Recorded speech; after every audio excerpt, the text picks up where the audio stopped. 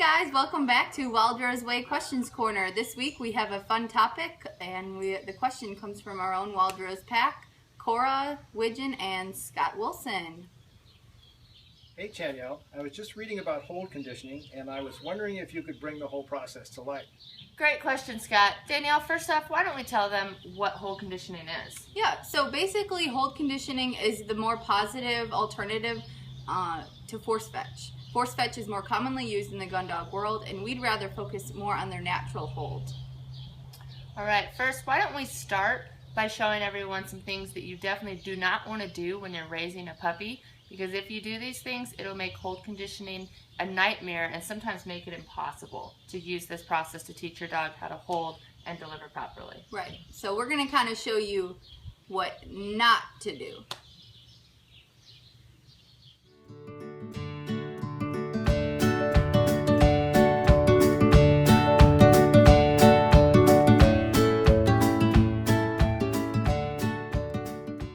Now that you know what not to do with a puppy as you're raising them, why don't we take a look at what you should do when you're trying to do hold conditioning with your adult dog. Okay, so now that you're working on hold with your older dog, the first step is to get them comfortable on an elevated surface. Here we're just getting Murphy used to the ramp.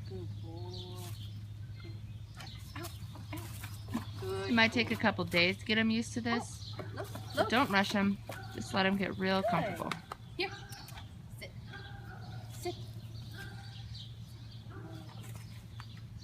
The next step in the process is going to be to introduce the pressure point manipulation. And again, do that until they're calm, and quiet, and comfortable with that. Once they're comfortable with that step, the third step is going to be to actually teach them to hold something on command.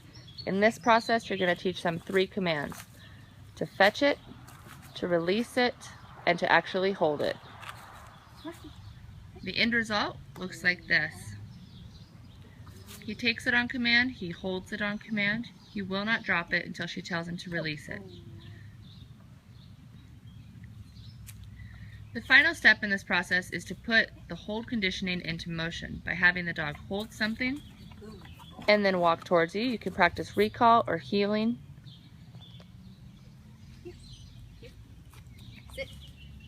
Having them load on and off of the object is always a good way to make sure they're holding and moving well. And you can practice your delivery from there.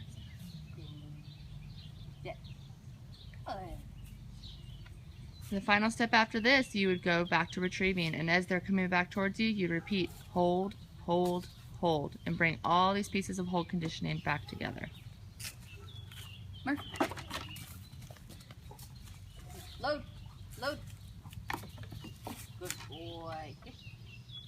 Sit. Good. Okay. Good.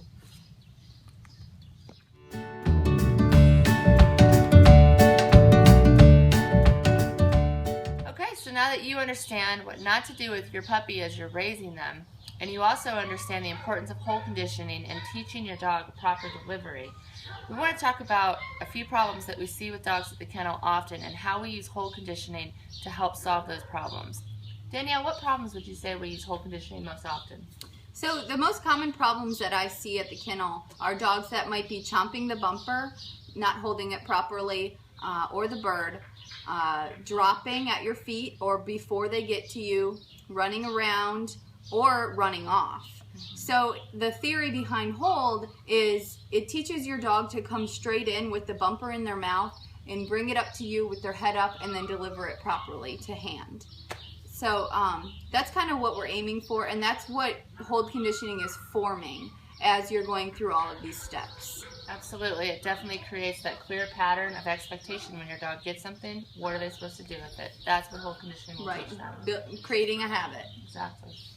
For more detailed information on the hold process, please check out Sporting Dog and Retrieving Training, The Wildrose Way, or Mike Stewart's DVD. Thanks, guys. It's time for questions for next week. Happy training. We love hearing from you. See you next week.